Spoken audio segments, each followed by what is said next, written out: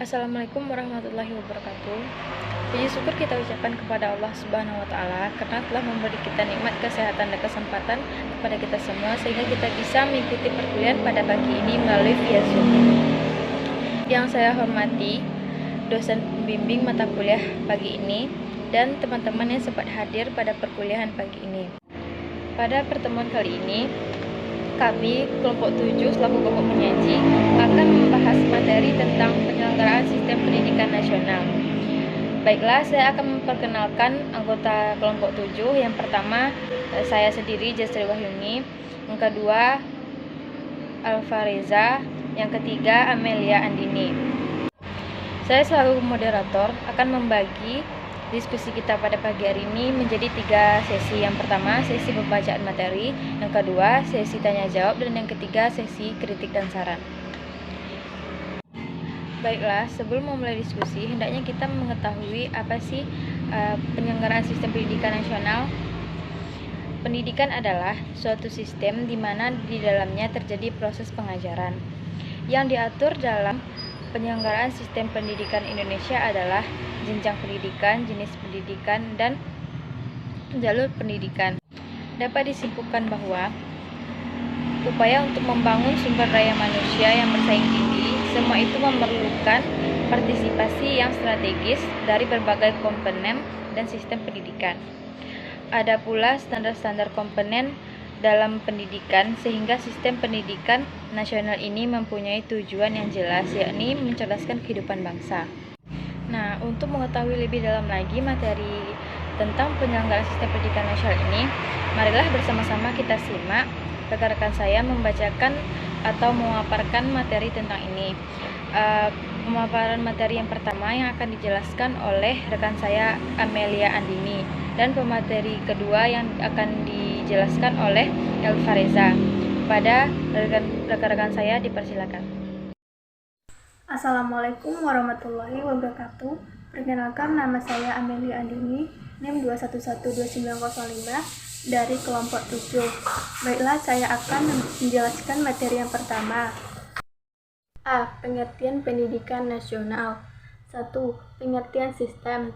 Istilah sistem berasal dari bahasa Yunani, sistema, yang berarti himpunan bagian atau komponen yang saling berhubungan secara teratur dan merupakan suatu keseluruhan. Sedangkan menurut Zahar Idris 1987 mengemukakan bahwa sistem adalah suatu kesatuan yang terdiri atas komponen-komponen atau elemen-elemen yang unsur-unsur sebagai sumber-sumber yang mempunyai hubungan fungsional yang teratur, tidak sekedar acak yang saling membantu untuk mencapai suatu hasil. 2.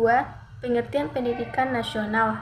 Menurut Sunarya 1996, pendidikan nasional adalah suatu sistem pendidikan yang berdiri di atas landasan dan dijiwai oleh falsafah hidup suatu bangsa dan tujuannya bersifat mengabdi kepada kepentingan dan cita-cita nasional bangsa tersebut. Yang ketiga, pengertian sistem pendidikan nasional. Maksud sistem pendidikan nasional di sini adalah satu keseluruhan yang terpadu dari semua satuan dan aktivitas pendidikan yang berkaitan satu dengan yang lainnya untuk mengusahakan tercapainya tujuan pendidikan nasional. Dalam hal ini, sistem pendidikan tersebut merupakan suatu suprasistem, yaitu suatu sistem yang besar dan kompleks, yang di dalamnya tercakup berbagai bagian yang cukup merupakan sistem-sistem. Bagian yang juga merupakan sistem-sistem. B. Jalur, jenjang, dan jenis pendidikan nasional. 1. Jalur pendidikan nasional. A. Jalur pendidikan sekolah merupakan pendidikan yang dilaksanakan di sekolah melalui kegiatan belajar mengajar secara berjenjang dan bersinambungan.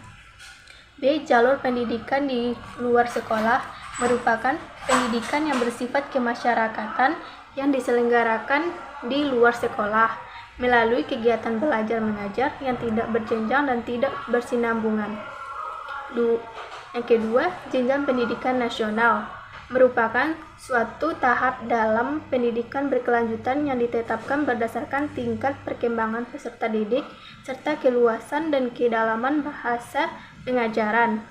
Undang-Undang RI Nomor 2 Tahun 1989 Bab 1 Pasal 1 Ayat 5. A.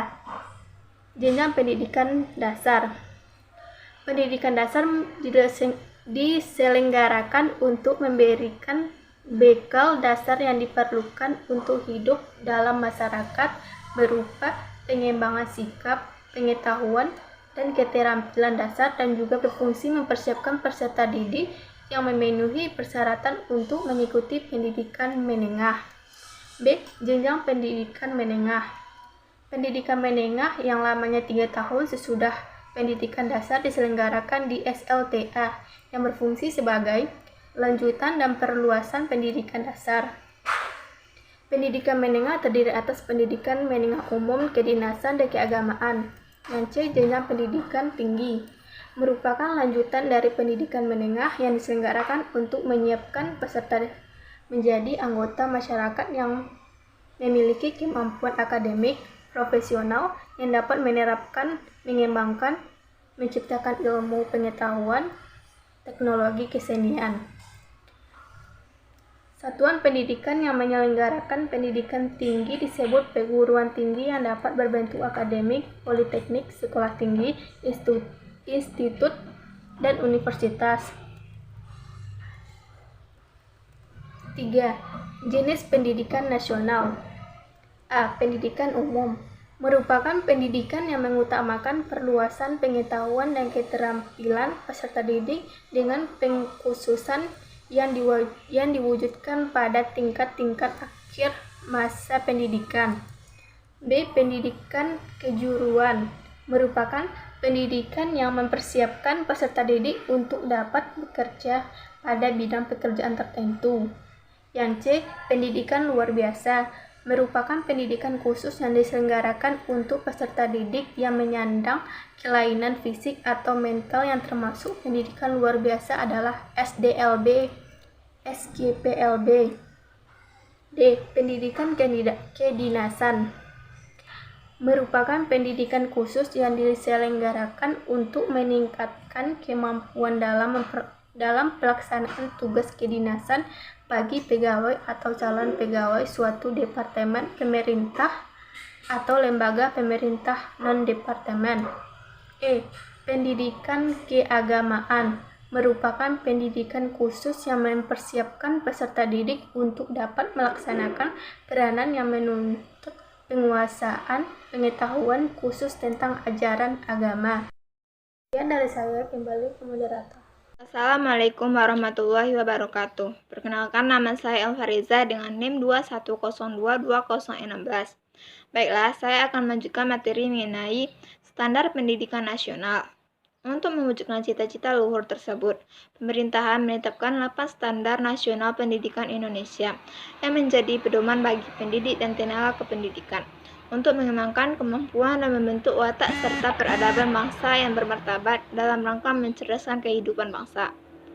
Berikut ini penjelasan tentang 8 standar pendidikan nasional di Indonesia, yaitu yang pertama, standar kompetensi lulusan. Standar kompetensi lulusan digunakan sebagai pedoman penilaian dalam menentukan kelulusan peserta didik.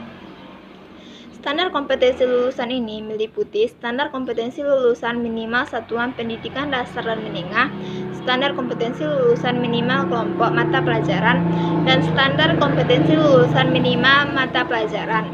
Yang kedua, standar isi. Standar isi mencakup lingkup materi minimal dan tingkat kompetensi minimal untuk mencapai kompetensi lulusan pada jenjang dan jenis pendidikan tertentu.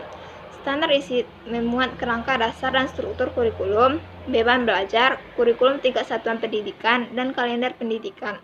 Yang ketiga, standar proses. Proses pembelajaran pada satuan pendidikan diselenggarakan secara interaktif, inspiratif, menyenangkan, menantang, memotivasi peserta didik untuk berpartisipasi aktif, serta memberikan ruang yang cukup bagi prakarsa, kreativitas, dan kemandirian sesuai dengan bakat, minat, dan perkembangan fisik serta psikologis peserta didik. Yang keempat, standar pendidik dan tenaga kependidikan.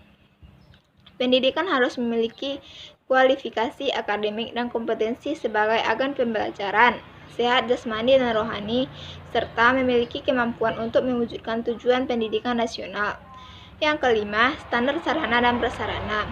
Setiap satuan pendidikan wajib memiliki sarana yang meliputi perabot, peralatan pendidikan, media pendidikan, buku, dan sumber lainnya, serta perlengkapan lain yang diperlukan untuk menunjang proses pembelajaran yang teratur dan berkelanjutan.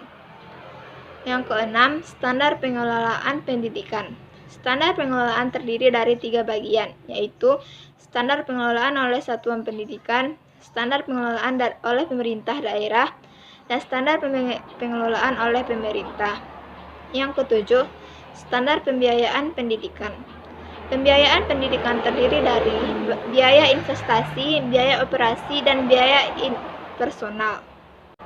Yang ketujuh, standar pembiayaan pendidikan. Pembiayaan pendidikan terdiri dari biaya investasi, biaya operasi, dan biaya personal. Biaya investasi meliputi biaya penyediaan sarana dan prasarana, pengembangan sumber daya manusia, dan modal kerja tetap. Biaya personal meliputi biaya pendidikan yang harus dikeluarkan oleh peserta didik untuk mengikuti proses pembelajaran secara teratur dan berkelanjutan. Sedangkan biaya operasi meliputi gaji pendidik dan tenaga kependidikan, serta segala tunjangan yang melekat pada gaji, bahan atau peralatan pendidikan habis pakai, dan biaya operasi pendidikan tak langsung berupa daya, air, jasa telekomunikasi, pemeliharaan sarana dan prasarana, uang lembur, transportasi, konsumsi, pajak, asuransi, dan sebagainya. Yang kedelapan, standar penilaian pendidikan. Penilaian pendidikan pada jenjang dasar dan menengah terdiri dari yang pertama, pendidikan hasil belajar oleh pendidik. Yang kedua, penilaian hasil belajar oleh satuan pendidikan. Yang ketiga, pendidikan hasil belajar oleh pemerintah. Penilaian pendidikan pada jenjang pendidikan tinggi terdiri dari yang pertama, penilaian hasil belajar oleh pendidik, penilaian hasil belajar oleh satuan pendidikan tinggi, dan yang terakhir, penilaian pendidikan pada jenjang pendidikan tinggi. Baiklah, materi selanjutnya mengenai dasar, tujuan, dan prinsip pendidikan nasional. Yang pertama, dasar pendidikan nasional. Yang dimaksud dengan dasar di sini adalah menjadi kekuatan bagi tetap tegaknya suatu bangunan atau yang lainnya, seperti pada rumah atau gedung. Begitu pula halnya dengan pendidikan. Dasar adalah pelaksanaannya, yang mempunyai peranan penting untuk dijadikan pegangan dalam pelaksanaan pendidikan tersebut, seperti pendidikan di sekolah-sekolah atau di lembaga pendidikan lainnya. Yang kedua, tujuan pendidikan nasional. Tujuan pendidikan nasional adalah untuk mengembangkan kemampuan dan membentuk karakter serta peradaban bangsa yang bermartabat dalam rangka mencerdaskan kehidupan bangsa agar berkembangnya potensi peserta didik agar menjadi manusia yang beriman dan bertakwa, berakal mulia, berilmu, kreatif, mandiri, dan menjadi warga negara yang demokratis serta bertanggung jawab. Yang terakhir, prinsip penyelenggaraan pendidikan nasional. Adapun prinsipnya yaitu yang pertama, pendidikan diselenggarakan secara demokratis dan berkeadilan, serta tidak diskriminatif. Yang terakhir, prinsip penyelenggaraan pendidikan nasional. Adapun prinsipnya yaitu yang pertama, pendidikan diselenggarakan secara demokratis dan berkeadilan, serta tidak diskriminatif dengan menjunjung tinggi hak asasi manusia, nilai keagamaan, nilai kultural, dan kemajemukan bangsa. Yang B, pendidikan diselenggarakan sebagai satu kesatuan yang sistematik dengan sistem terbuka dan multi makna. Yang C, pendidikan diselenggarakan sebagai suatu proses pembudayaan dan pemberdayaan peserta didik yang berlangsung sepanjang hayat. Yang D, pendidikan diselenggarakan dengan memberi keteladanan, membangun kemauan, dan mengembangkan kreativitas peserta didik dalam proses pembelajaran. Yang E, pendidikan diselenggarakan dengan mengembangkan budaya menulis, membaca, dan berhitung bagi segenap warga masyarakat. Baiklah, hanya itu materi yang dapat saya sampaikan. Assalamualaikum warahmatullahi wabarakatuh. Baik, terima kasih kepada Amelia Andini dan Elva Reza. Sampai disinilah pemaparan materi dari kelompok 7. Jika ada salah dan jaga, kami mohon maaf. Wassalamualaikum warahmatullahi wabarakatuh.